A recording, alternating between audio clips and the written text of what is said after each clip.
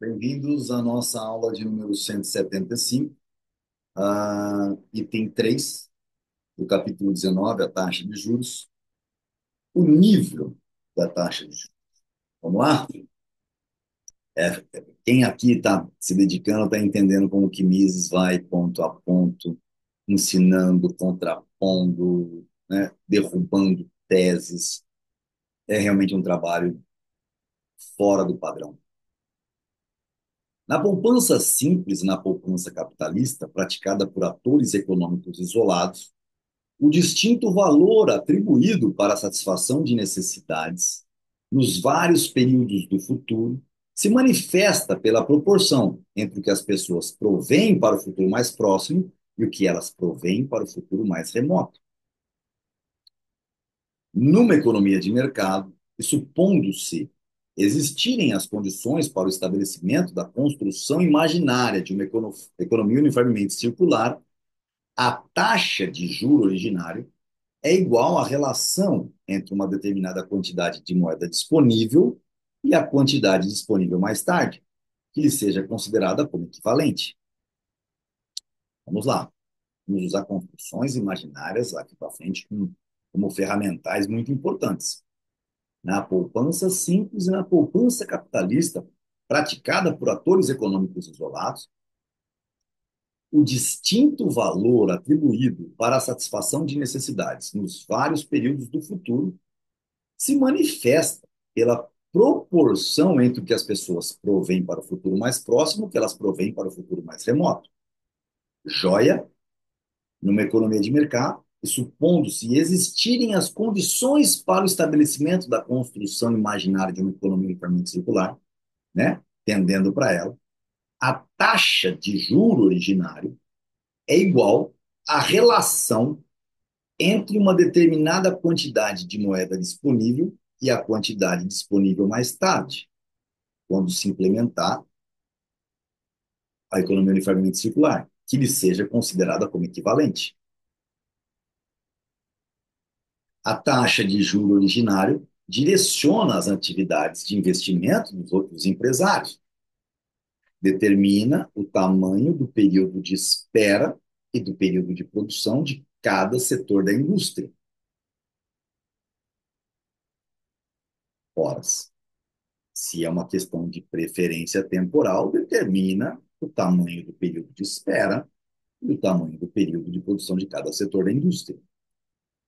As pessoas frequentemente levantam a questão sobre qual taxa de juro alta ou baixa estimularia mais a poupança e a acumulação de capital e qual estimularia menos.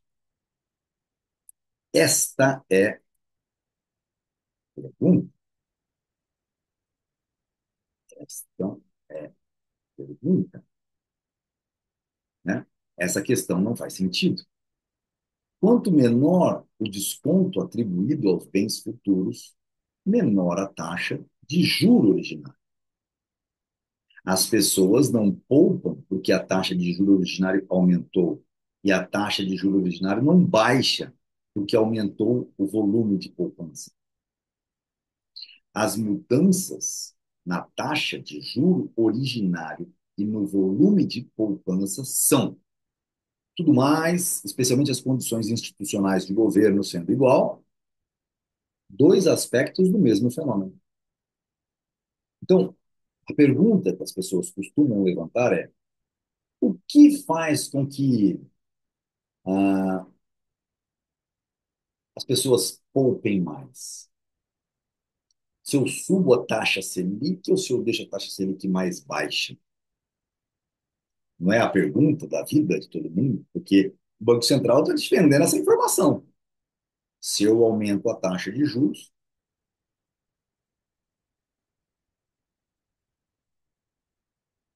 agora vamos entender tudo isso, porque o que o Banco Central está fazendo, tá furando aqui ah, essas questões, quanto menores que a atribuição, tudo mais, especialmente as condições institucionais, sendo igual, ou seja, não havendo um distúrbio no aumento da quantidade de moeda, que isso influencia, nós vamos ver no capítulo 20, por isso que nós estamos vendo isso aqui agora, supondo que não haja intervenções institucionais,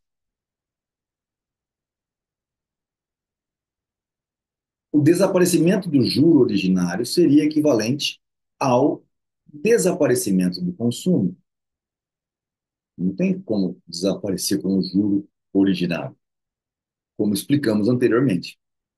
O que é o juro originário no item 2, anterior a esse. Não há como desaparecer com o juro, como dissemos, ele é uma questão de escolha entre consumir agora ou consumir mais tarde. O aumento ilimitado do juro originário, ilimitado, aumento infinito, seria equivalente ao desaparecimento da poupança e de qualquer provisão para o futuro.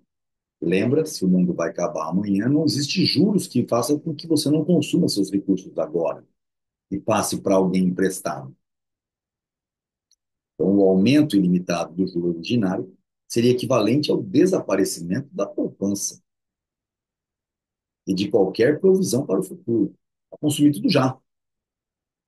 A quantidade disponível de bens de capital não influencia nem a taxa de juro originário, nem a poupança futura. Mesmo a maior abundância de capital não produz necessariamente uma diminuição da taxa de juro originário, nem uma queda na propensão para poupar. O aumento da acumulação de capital e da quota de capital investido per capita, que é a marca característica das nações mais avançadas economicamente, não diminui necessariamente a taxa de juro originário, nem enfraquece a propensão dos indivíduos para aumentar sua poupança. É a prova disso, mais cabal que Mises poderia usar hoje, Brasil e Estados Unidos. A expansão monetária dos dois países foi proporcionalmente igual. Os Estados Unidos foi muito maior, porque lá é muito maior. Lá as pessoas recebiam cheques gordos, todo mundo, não era o pobrinho lá Não, não, todo mundo. E o que aconteceu? Por que a inflação deles não bateu 12 como as nossas para depois chegar aqui?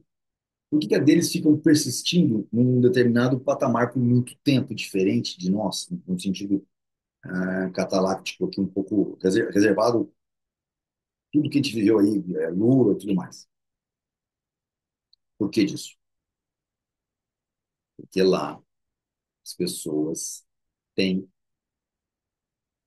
a questão de reservar para um futuro mais distante, de tal forma que, diferentemente daqui, mão à boca, a gente consome muito rápido. Ao lidar com esses problemas, são muitas as pessoas que se confundem ao comparar meramente as taxas de juros de mercado determinadas pelo mercado financeiro. Entretanto, essas taxas brutas não exprimem apenas o nível do juro originário. Elas contêm, como serão mostrados mais tarde, outros elementos cujos efeitos explicam por que as taxas brutas são, em geral, maiores nos países como o Brasil do que nos países como os Estados Unidos. Costuma-se dizer que, tudo mais sendo igual, quanto melhor os indivíduos estejam fornidos para o futuro imediato, melhor proveriam as necessidades do futuro mais remoto. Mais remoto. Consequentemente, acrescentar o volume total de poupança e de acumulação de capital num sistema econômico dependeria da distribuição da população pelos grupos com diferentes níveis de renda. Numa sociedade em que haja uma razoável igualdade de renda, dizem ainda, haveria menos poupança do que numa sociedade em que haja maior desigualdade.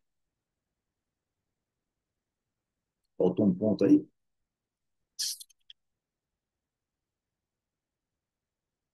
Faltou. Faltou aqui também. Tais observações contêm um grão de verdade. Entretanto, são afirmativas sobre fatos psicológicos, faltando-lhes por isso mesmo a validade e necessidade universais, inerente às afirmativas praxeológicas. Além disso, o tudo mais, cuja igualdade se pressupõe, compreende as várias valorações individuais, ou seja, os julgamentos de valores subjetivos, que ponderam os prós e os contras do consumo imediato ou de sua postergação. Certamente, muitos indivíduos se comportarão da maneira descrita, mas outros agirão de maneira diferente. Os camponeses franceses, embora de renda e fortuna modestas, eram no século XIX amplamente reconhecidos como pessoas de hábitos parcimoniosos, enquanto que os ricos membros da aristocracia, herdeiros de grandes fortunas amealhadas no comércio e na indústria, eram não menos reconhecidos por sua prodigalidade. Portanto, é impossível formular qualquer teorema praxeológico que relacione a quantidade de capital disponível pela nação como um todo, ou pelo menos indivíduos pessoalmente de um lado, com a quantidade de poupança ou de capital consumido, ou o nível da taxa de juros original, do juro original de outro. A alocação de recursos escassos para a satisfação de necessidades em vários períodos do futuro é determinada por julgamentos de valor e, indiretamente, por todos aqueles fatores que constituem a individualidade do agente homem. É impossível formular qualquer teorema praxeológico que relacione a quantidade de capital disponível pela nação como um todo, ou pelos indivíduos pessoalmente de um lado, então, a quantidade de capital disponível de um lado, com a quantidade de poupança ou de capital consumido, ou o nível da taxa de juro original de outro, correto? A alocação de recursos escassos para a satisfação de necessidades em vários períodos do futuro é determinada por julgamentos de valor e, indiretamente, por todos aqueles fatores que constituem a individualidade do agente homem e, portanto, seus julgamentos de valor. Perfeito? Ok.